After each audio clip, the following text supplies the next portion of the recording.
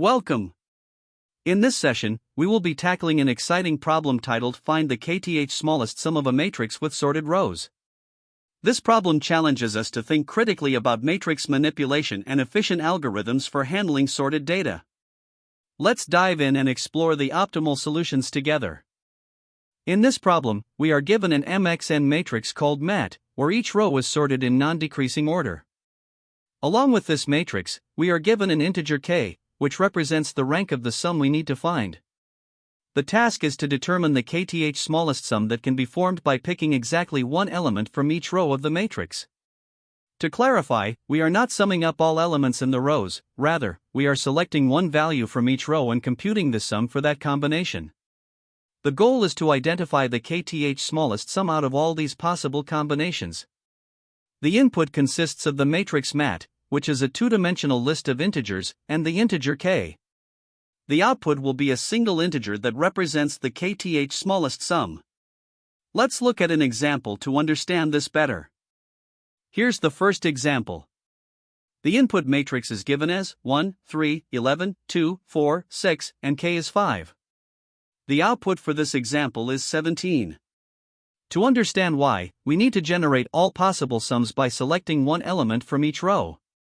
These sums are 3, 5, 7, 9, 17, 19, and so on. When sorted, the fifth smallest sum in this list is 17, which is our answer. This example helps illustrate how the problem works and what the expected result looks like. Now, let's look at another example using the same matrix, 1, 3, 11, 2, 4, 6, but this time with k equal to 9. The output here is 22. Again, we calculate all possible sums by picking one element from each row. These sums include 3, 5, 7, 9, 17, 19, 22, and so on. When we sort these sums, the ninth smallest sum is 22, which explains the output. This demonstrates how the result changes as k increases, requiring us to explore the list of sums further. Let's consider one more example with a larger matrix, 1, 10, 10, 1, 4, 5, 2, 3, 6. Here, k is 7. The output is 9. When we compute all possible sums by selecting one number from each row, the sorted sums are 4, 5, 6, 7, 8, 9, 9, and so on. Notice that some sums can repeat if there are multiple ways to achieve the same value. In this case, the seventh smallest sum is 9, which is the answer. This highlights that the solution must handle duplicates correctly while still identifying the kth smallest sum. Finally, let's look at the constraints and edge cases. The matrix can have up to 40 rows and 40 columns, and the values in the matrix can be as large as 5,000. Also, k is constrained to a maximum of 200 or the total number of combinations, whichever is smaller. This means that the problem can involve a very large number of combinations, making computational efficiency critical. Edge cases include small matrices, large values of k, rows with identical values, or rows with large gaps between elements. Efficient algorithms, such as those using priority queues or iterative merging of row combinations, are necessary to solve the problem within these constraints. These approaches focus on generating combinations systematically without brute-forcing all possibilities, ensuring the solution scales well for large inputs. To approach this problem, we first consider a brute force method. Since each row in the matrix is sorted, we can generate all possible sums by picking one element from each row. Once we have all combinations of sums, we can sort them and select the kth smallest. While this approach is conceptually simple, it's computationally expensive. For a matrix with m rows and n columns, we would need to compute all possible combinations of sums, which grows exponentially as n to the power of m. Sorting these sums would further add to the time complexity. This makes the brute force method impractical for larger matrices or when the number of rows and columns grows significantly. While it is easy to implement, the inefficiency of this approach leads us to explore more optimized methods. One such method involves using a priority queue, or min-heap, to incrementally construct the k smallest sums. This method avoids the need to generate all possible combinations up front, making it much more efficient. The key to the optimized approach lies in leveraging the sorted property of rows and using a heap to explore sums in a controlled, greedy manner. Each sum formed by selecting values from the rows represents a state that we can expand iteratively. We start by treating each element in the first row as an initial sum and push these values into a min heap. From there, we merge values from the subsequent rows into these sums, ensuring that we only track the k smallest sums in the heap at any given time. This process continues row by row, expanding combinations incrementally and pruning unnecessary computations. By the end, the heap contains the k smallest sums, and we can extract the kth smallest directly. The time complexity of this approach is O, k m log, k, as each heap operation involves logarithmic time, and we process up to k elements across m rows. The space complexity is O, k, due to the size of the heap. This method is far more efficient than brute force, especially for large inputs, though it does require careful implementation of heap operations. Given the trade-offs, the heap-based approach was chosen as the most practical and efficient strategy. Although the brute force method is simpler to understand, its exponential time complexity makes it infeasible for larger matrices or higher values of k. The heap-based method, on the other hand, takes advantage of the sorted nature of rows to incrementally explore the k smallest sums without generating all possible combinations. The key insight here is that we can avoid redundant computations by focusing only on the smallest sums at each step, using the heap to efficiently track and update these values. This balance between efficiency and correctness makes the heap-based method scalable and well-suited to this problem. Ultimately, while the brute force approach has its merits in terms of simplicity, the heap-based strategy provides the optimal solution by delivering both speed and scalability, making it the clear choice for tackling this challenge. To solve this problem, we need to find the kth smallest sum formed by selecting one element from each row of a given matrix. The matrix has m rows and n columns, and each row is sorted in non-decreasing order. The input includes this matrix and an integer k, and the output is the kth smallest sum. Now, one intuitive way to approach this is through a brute force method. First, we enumerate all possible sums by picking one element from each row. This can be done using nested loops or recursion to generate every combination of selected elements. Once we have all the sums, we store them in a list and sort the list. Finally, we retrieve the kth smallest value from the sorted list. However, this brute force method has a major limitation. Its time complexity is O, n to the power of m, for generating sums, plus O, n to the power of m log, n to the power of m, for sorting. For larger matrices, this approach becomes computationally infeasible, which is why we need a more efficient solution. To address the inefficiency of the brute force approach, we can use an optimized method that leverages a min heap. Instead of generating all possible sums, we iteratively build the smallest sums in order using a priority queue. First, we initialize the heap with the smallest possible sum, which is formed by selecting the first element from each row. This initial sum is stored as a tuple in the heap, consisting of the sum itself and the indices of the selected elements in each row. For example, if the matrix is 1, 3, 2, 4, the initial heap contains 3, 0, 0, where the sum is 1 plus 2. Next, we repeatedly pop the smallest sum from the heap, decrement k, and generate new sums by replacing one of the selected elements with the next element in the same row, if it exists. These new sums, along with their indices, are pushed back into the heap. This process continues until k reaches 0, at which point the last popped sum is the kth smallest. By focusing only on the smallest sums at each step, this approach avoids the need to generate and sort all combinations, making it significantly more efficient. When implementing this optimized approach, we must also account for edge cases. For instance, if the matrix has only one row, the solution is straightforward: simply return the kth smallest element in that row. If the matrix has only one column, the kth smallest sum can be found by summing the first k rows. Additionally, if k is larger than the total number of possible combinations, we need to return an error or handle this scenario gracefully. The key insights of this algorithm are that using a heap allows us to avoid unnecessary computation, and by always expanding the smallest sum, we can efficiently find the kth smallest. The min heap is an essential data structure here, as it enables us to quickly retrieve and update the smallest sums. We also use tuples to track the current sum and the indices of selected elements, ensuring that our algorithm remains organized and efficient. The time complexity of this approach is O, k asterisk log, k, as we perform k heap operations, and the space complexity is O, k, for storing the heap. Let's walk through an example to see the algorithm in action. Suppose the input matrix is 1, 3, 11, 2, 4, 6, and k is 5. First, we initialize the heap with the smallest sum, which is 3, formed by selecting the first element from each row. This gives us 3, 0, 0. Next, we pop 3, 0, 0 from the heap in decrement k to 4. Then, we generate possible replacements by advancing the index in one of the rows. This adds sums like 5, formed by selecting 0, 1, or 1, 0 to the heap. We continue this process, popping the smallest sum and pushing new sums back into the heap. After iterating until k reaches 0, the last sum we pop is 9, which is the fifth smallest sum.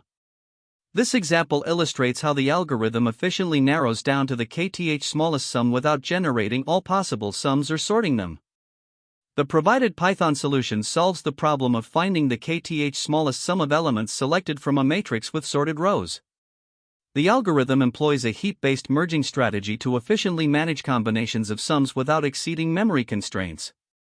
Step-by-step explanation. 1. Imports and class definition. The heap module is imported to utilize its efficient heap operations for maintaining the smallest sums. 2. Helper function merge_lists. This function merges two sorted lists and keeps only the top k smallest sums. For every pair of elements, one from each list, their sum is pushed into a heap. If the heap size exceeds k, the largest element in the heap is removed using heap.heappop. This ensures that the heap size is always constrained to k, which saves memory and prevents unnecessary computations. 3. Initialization with the first row. The algorithm begins by assuming the sums are derived solely from the first row of the matrix. The current_sums variable is initialized as the first row of the matrix. 4. Iterative merging. For each subsequent row in the matrix, the merge_lists function is used to merge the sums of current_sums and the current row.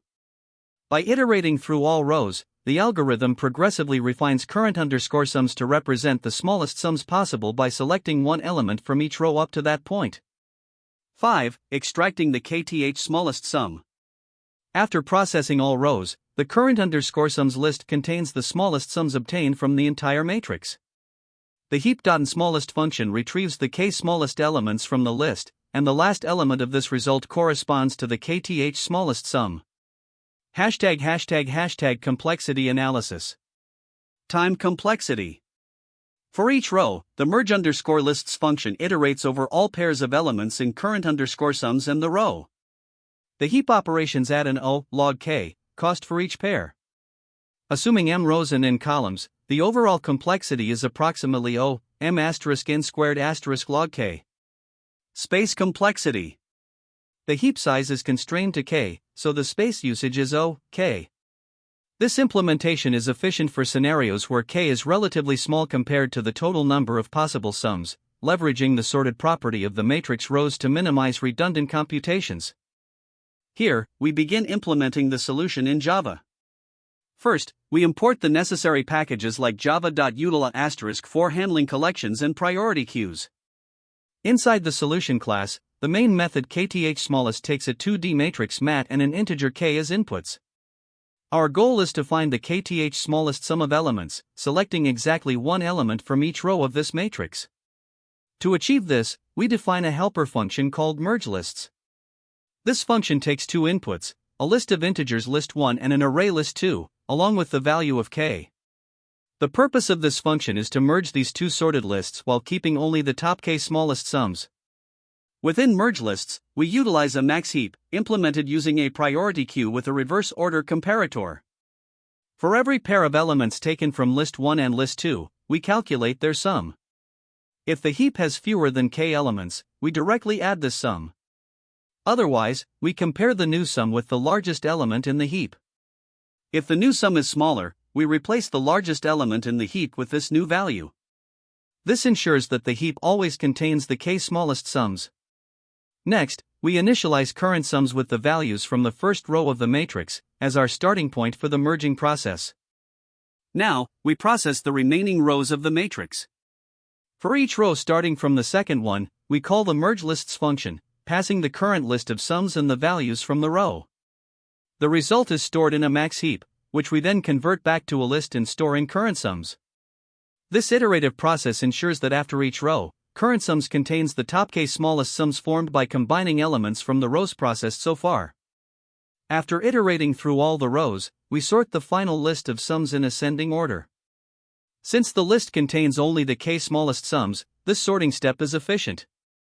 Finally, we return the kth smallest sum, which is located at index k1 in the sorted list. This completes the implementation of the function, providing an optimal way to find the desired sum while keeping the problem's constraints in mind. To solve this problem, we start by examining a small example with a matrix mat containing two rows, 1, 3, 11, and 2, 4, 6, and we are tasked with finding the fifth smallest sum. First, we initialize current_sums using the first row, 1, 3, 11. Now, we merge this with the second row, 2, 4, 6. For every combination of elements, we calculate their sums. 1 plus 2 equals 3, 1 plus 4 equals 5, 1 plus 6 equals 7, 3 plus 2 equals 5, 3 plus 4 equals 7, 3 plus 6 equals 9, and so on, including 11 plus 2 equals 13, 11 plus 4 equals 15, and 11 plus 6 equals 17.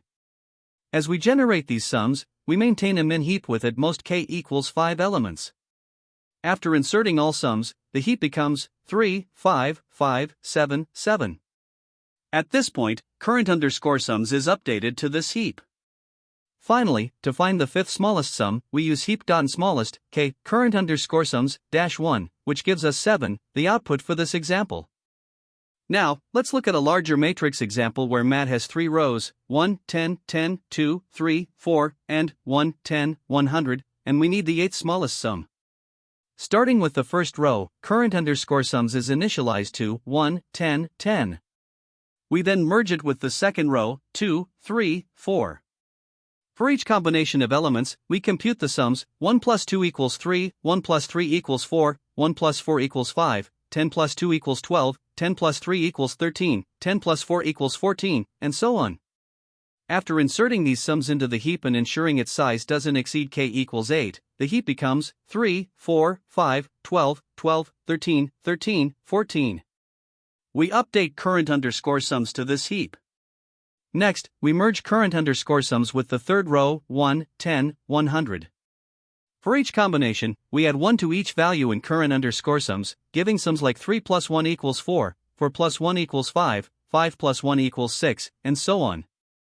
Similarly, adding 10 and 100 generates sums like 3 plus 10 equals 13 and 3 plus 100 equals 103, respectively.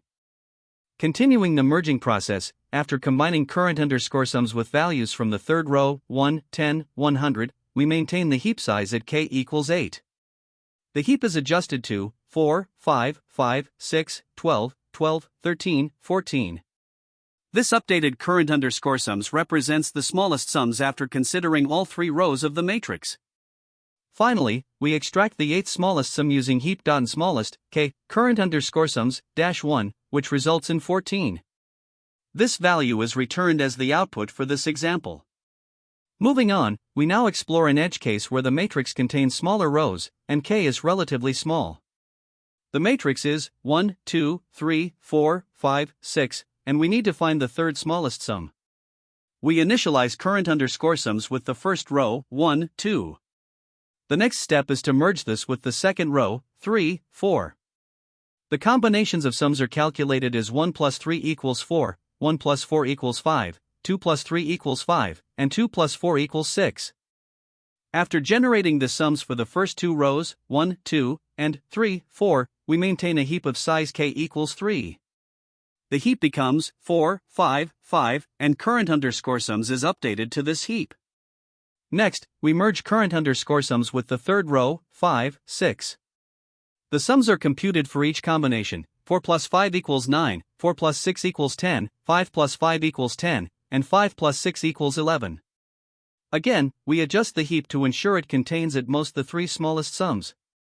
The heap becomes 9, 10, 10, and current_sums is updated accordingly. Finally, to find the third smallest sum, we extract the last element of heap.smallest, k, current_sums, which is 10. This value is the output for this edge case example. To analyze the time complexity, let's break the process into two main steps. First, the algorithm begins with the initial setup. It starts by taking the first row of the matrix, mat, 0, and initializing current_sums with its elements. If the matrix has m rows and n columns, this initialization step is straightforward and takes n time, as it simply stores the elements of the first row. Next, the algorithm iterates through the remaining m1 rows to merge them with current_sums. This merging operation is where the bulk of the work is done, and we'll analyze it step by step to understand the computational cost. Now let's break down the time complexity of the merge_lists function, which is the core of the merging process. Suppose the two lists being merged are of sizes size 1 and size 2. Initially, size 1 corresponds to the size of current_sums, which starts as n, and size 2 is the size of the current row, also n. For each element pair, x, y, from the two lists, their sum x plus y is pushed into a heap. This results in generating size 1 * size 2, or n-2, sums. Since the heap is constrained to hold at most k elements, any excess elements are removed using heap.heapPop. Each push or pop operation on the heap takes log k time, so the complexity of merging two lists is n² log k. Over the entire matrix, the algorithm merges m1 rows sequentially. After processing the ith row, the size of current_sums may grow to min, k, n to the power of I, but is capped at k. This means that merging each subsequent row typically takes k n log k, in the worst case scenario. Repeating this for m1 rows results in a total time complexity of m1 k n log k. Examining the space complexity, we can divide it into three main components. First, the heap used in the merge_lists function is a key contributor. Since the heap size is capped at k, the space complexity for the heap is k.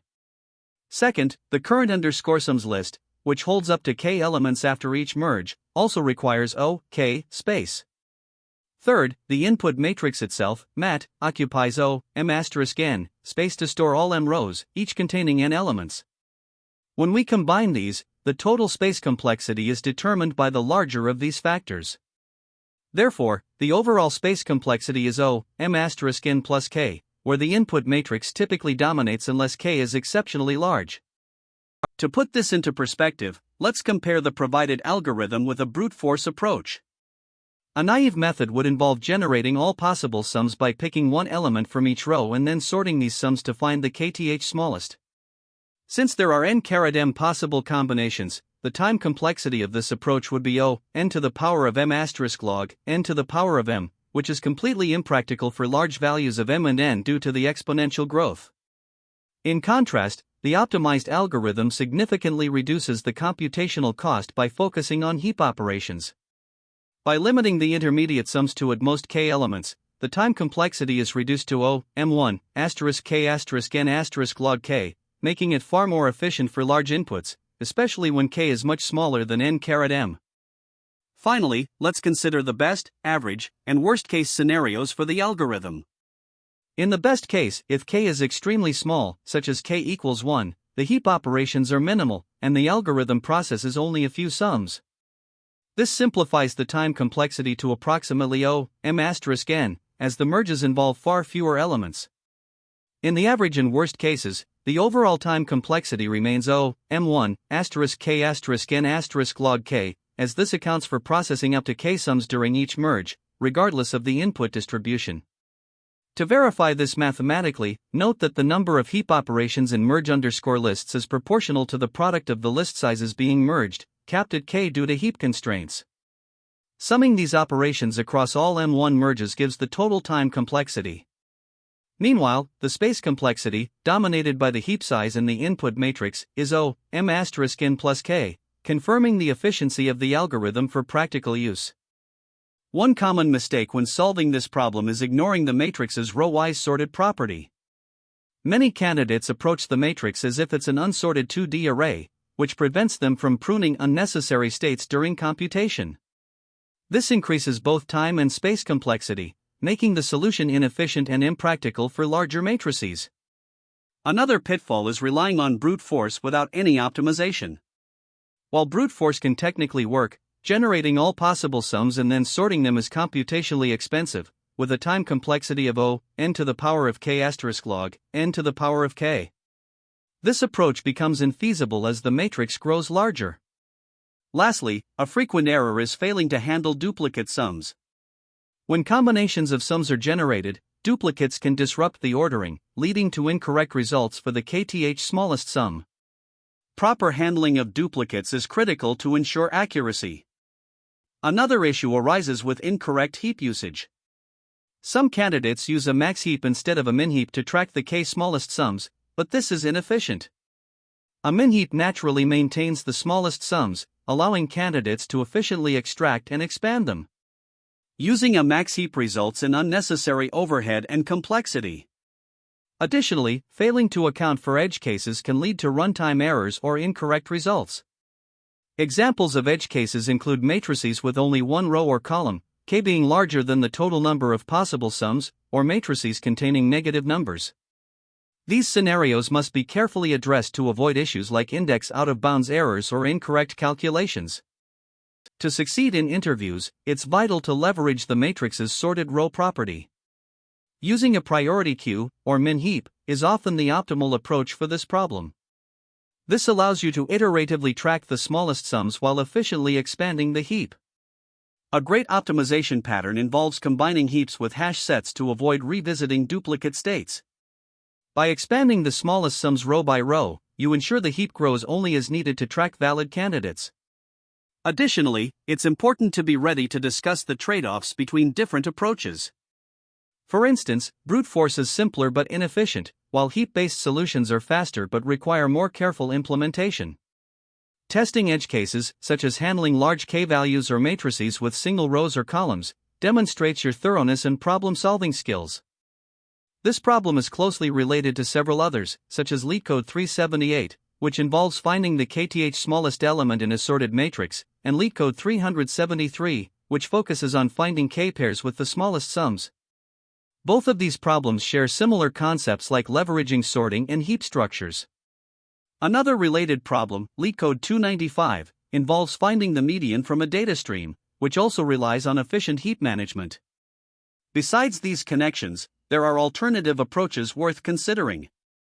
For example, brute force with sorting involves generating all sums, storing them in a list, and sorting to find the kth smallest. While simple, this approach is highly inefficient for large inputs due to its n to the power of k asterisk log n to the power of k complexity. It's only practical for smaller matrices where k is relatively small. On the other hand, heap-based iterative expansion is much more efficient, using a min heap to track sums and limiting the heap size to k. This method is optimal for larger matrices but requires careful implementation to handle duplicates and edge cases. Another advanced approach is binary search on the value of potential sums. This involves identifying a range of possible sum values and using binary search to determine the rank of each value within that range. The advantage of this method is its efficiency when the range of sums is well defined, as you can narrow down the solution without explicitly generating all possible sums. However, it requires a strong understanding of both binary search and how to rank values in the context of the matrix. This approach is particularly useful when the problem constraints favor a smaller, predictable range of sums, making it a powerful alternative to heap-based methods in certain scenarios. Great job! To wrap up, we explored how to solve the kth smallest sum problem efficiently using a priority queue approach. Remember, mastering sorted structures and leveraging heaps are essential skills for tackling advanced coding challenges. Thank you for watching, and I hope you found this session valuable. Don't forget to like and subscribe for more content like this. See you next time. That's the end of this tutorial. I hope you found this explanation helpful for understanding the solution to this LeetCode problem. If you enjoyed this content, please consider subscribing to the channel for more coding tutorials and solutions. Feel free to leave a like if this video helped you, and don't hesitate to comment with any questions you might have. Thanks for watching, and happy coding!